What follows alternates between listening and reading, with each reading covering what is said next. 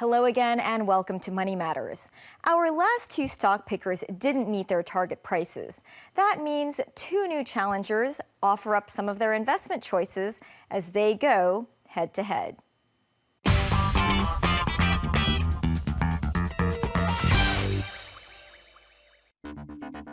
Joining us in this round is Dickie Wong of Kingston Securities and Stephen Leung of UOB Kay Hian.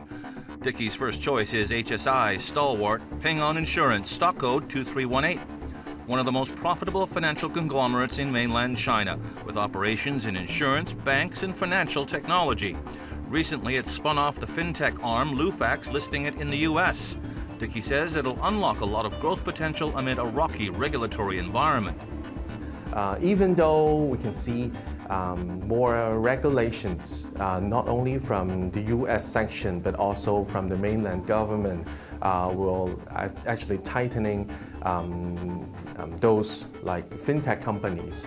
But in the longer term, I still believe that Ping An, with its fintech arm Lufax listed in U.S. and also its mother company Ping An Insurance in mainland, will sustain a higher growth than its peers.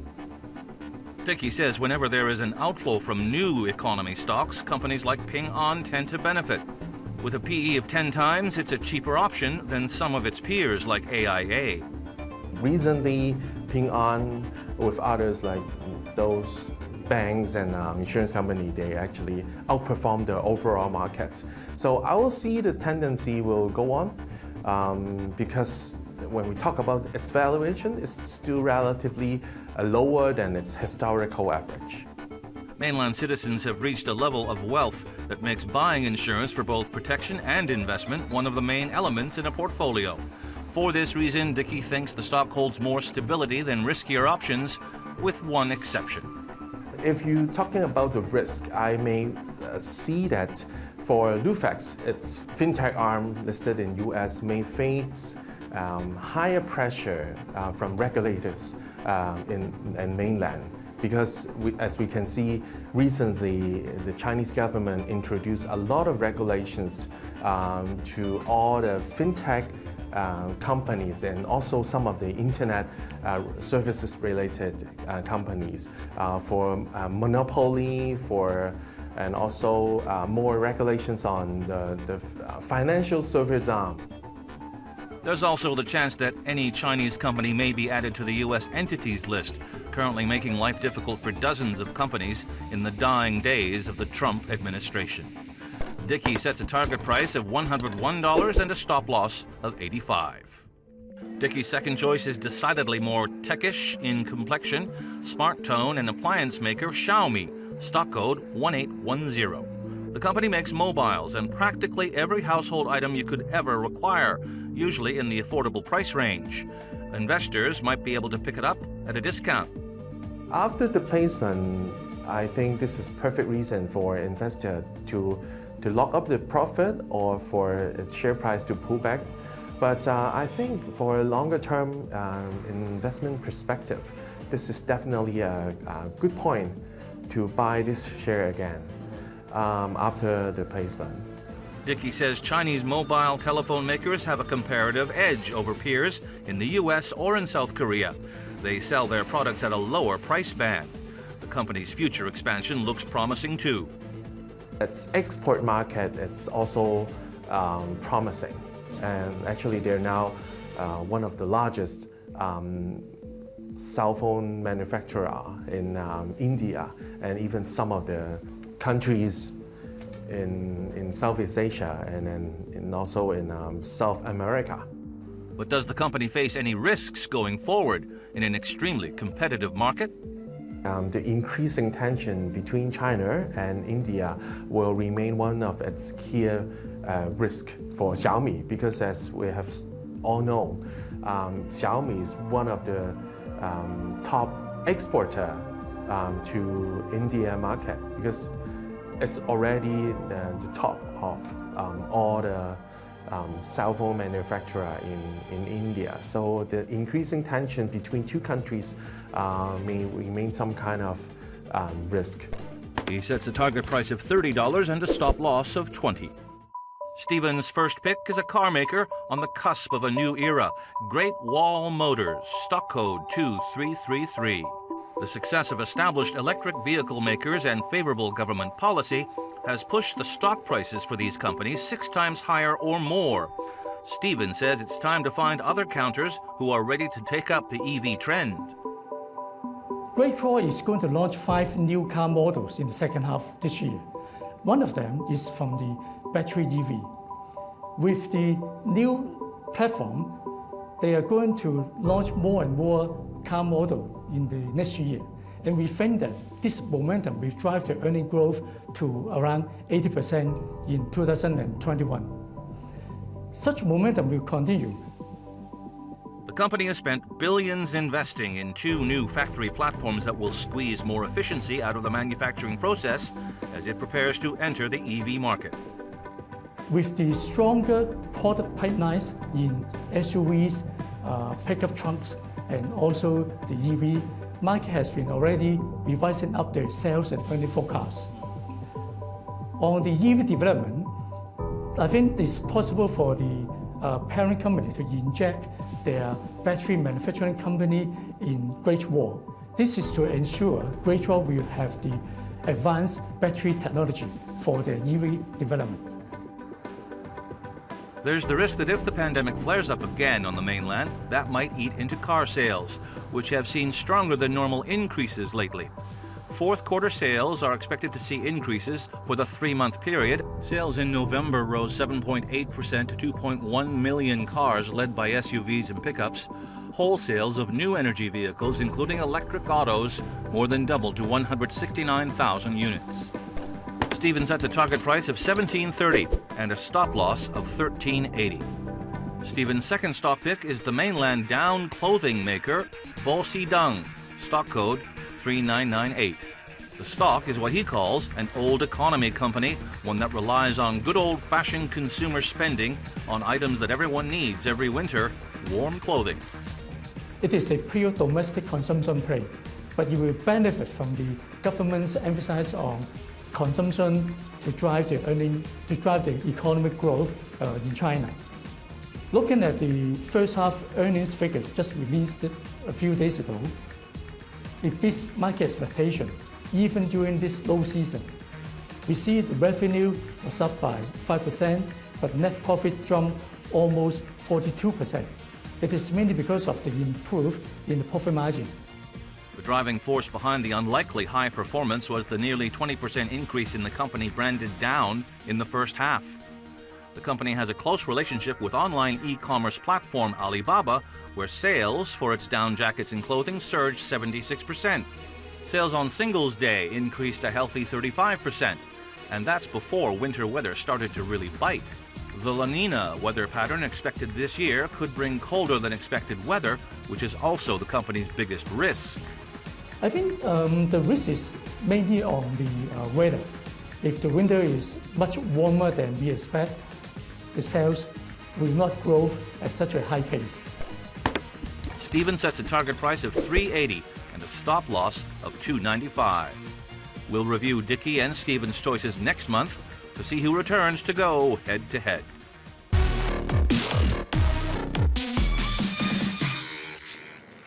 Elon Musk, the billionaire chief executive of electric car maker Tesla, attended an award ceremony in Berlin recently. He received the Axel Springer Prize given to outstanding personalities who are particularly innovative. In November 2019, the American car maker Tesla announced plans to build a so-called gigafactory outside Berlin. Musk has repeatedly visited the construction site to watch progress. As they break ground on the new German factory, Tesla's 2 other giga complexes in the U.S. and Shanghai continue to churn out EVs. While collecting the award, Musk declared humans could land on Mars for the first time as early as 6 years from now, maybe even in 4. The prediction came just after SpaceX launched 4 astronauts on a flight to the International Space Station. It was NASA's first full-fledged mission sending a crew into orbit aboard a privately owned spacecraft. South Korean home appliance makers are rolling out products designed to boost sales as more people stay close to home. Personalized and premium products to cater to domestic residents' surging appetite to improve their living conditions amid the pandemic. Several new series of home appliances are being offered with design choices like color, patterns, and material that can be tailored to match consumers' varying tastes. One Korean brand, for example, sells a customizable appliance range that allows consumers to select the color and material of the door panels for refrigerators, dishwashers, and air purifiers. Starting prices are 30 to 40% higher than non-personalized products. The company says the customized products are very popular and have bumped up sales volumes across the country. The products are only made after an order is placed, so the company avoids the pileup of inventory. Besides personalized refrigerators, unique-looking smart TVs that offer customized screen solutions are becoming more popular. And when the TVs are not in use, personalized screen savers can act as a piece of art, similar to smartphones. Customers like the choices on offer and even say it triggers inspiration to be more creative in everyday life, all while staying home. Economic data shows overall net profits for appliance giants in South Korea in the third quarter have surpassed 2 trillion won, hitting the biggest quarterly revenue in recorded history.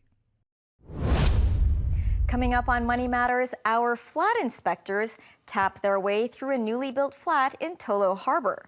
Stay with us.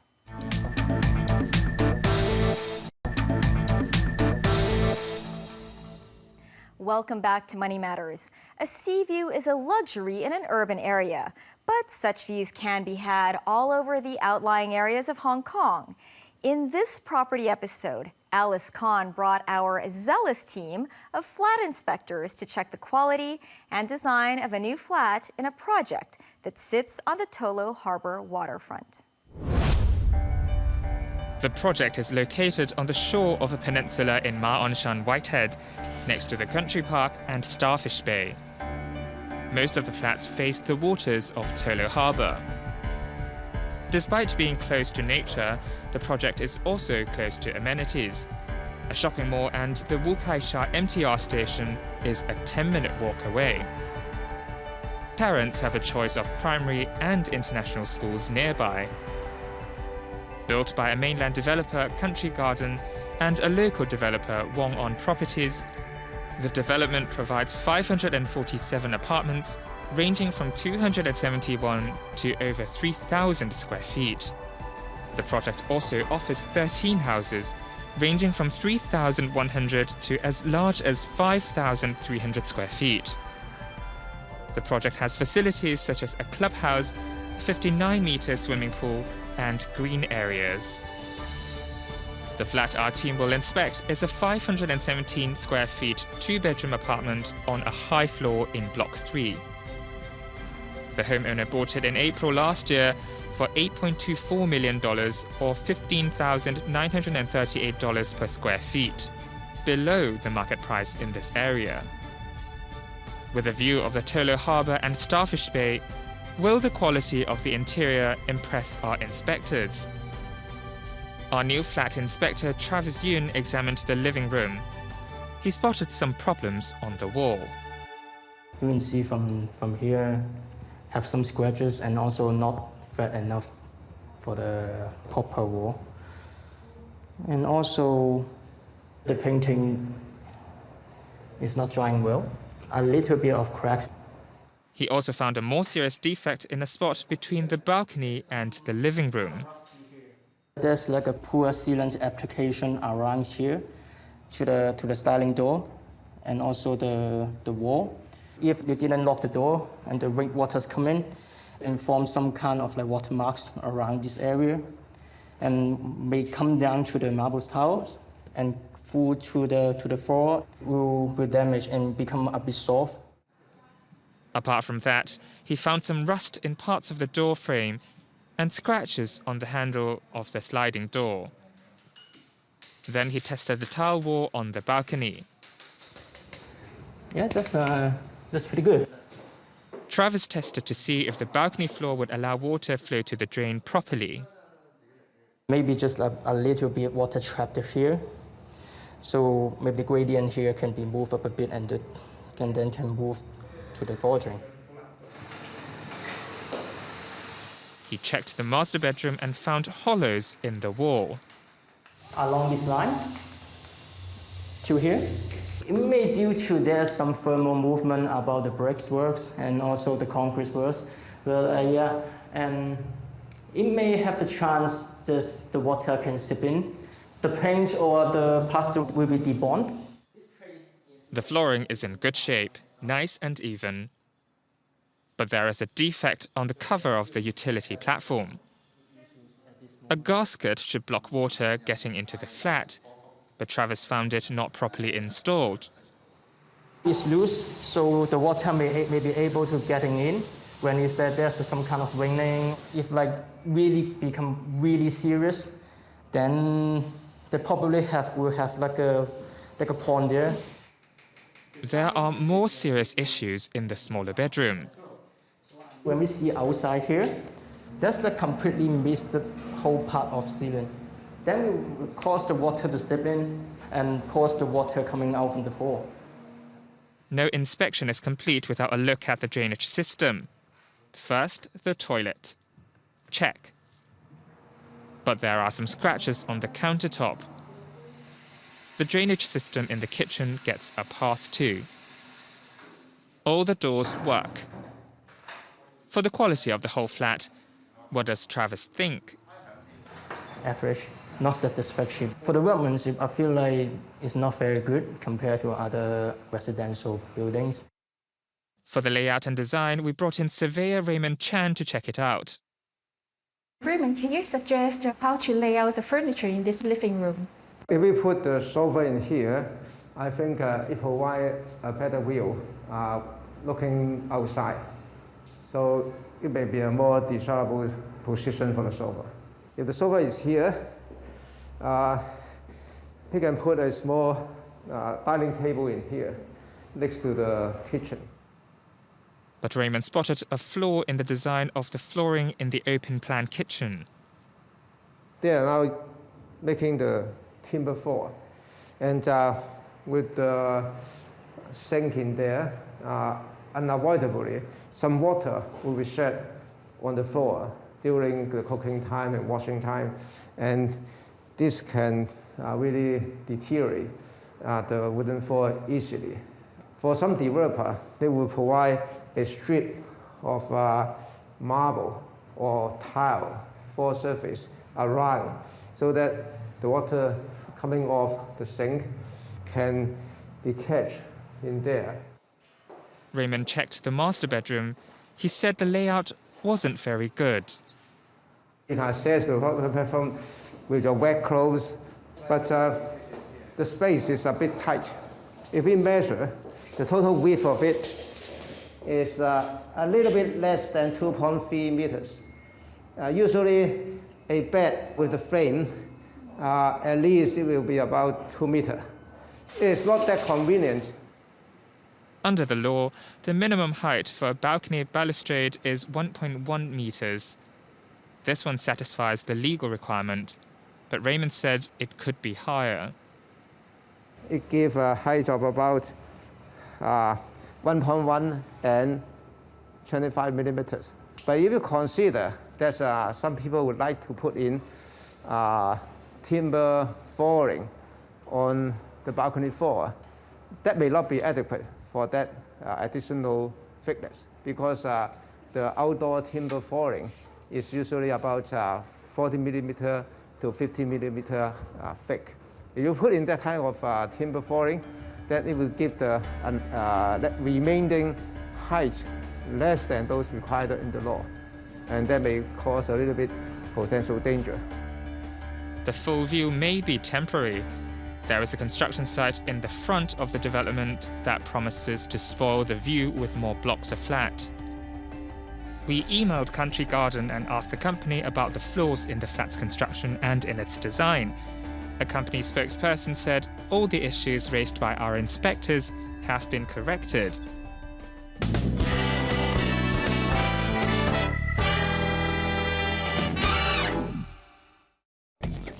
The waiters at this Moscow eatery are distinctly robotic. The machines are not a reaction to the pandemic, but an opportunity to speed up service. This machine is on the move to deliver an order to a customer at table 13. Maneuvering around the restaurant, the robot pauses while a customer takes their plate of food from the tray and then sends it back to its next task. The manager, and man who always wanted to be a robot but couldn't handle the math, says customers place the orders, the kitchen prepares the food, and the robot serves the orders after a table's number is punched in.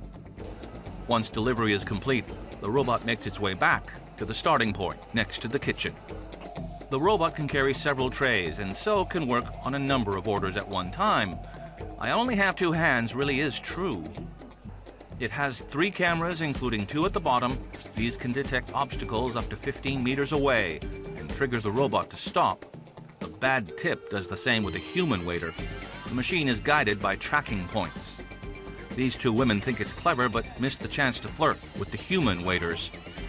Overnight, the robot is charged with enough power to keep it going for 14 hours before serving customers again the next day. Customer Igor, and man who thought it was a vacuum before he saw his orange juice, says it's only a matter of time before robots will be the customers too. That'll be clever. The robot also has some child-friendly features. If you give the robot a stroke, it will show a happy or unhappy face. Is nothing sacred? Robots replacing moms? It is the second week this robot has been serving food to customers, and the cafe has seen a rise in interest. The technology is currently being trialed by its developer. The company plans to analyze the results and will decide whether to purchase the machines as a permanent feature of the restaurant. The robot system only works smoothly if the customers, the waiters, the kitchen, and the manager all follow the systems in place. Now who's boss? The developer assures us the robots are not there to replace anybody, only to help improve productivity. And it is not just the customers who are pleased. The waiters also are happy with the extra pair of wheels. That's the show. Thanks for watching. Next time on Money Matters, how an industry that is based entirely on people coming together and meeting face to face has been hit by the pandemic and how it's adapting. See you then. Good night.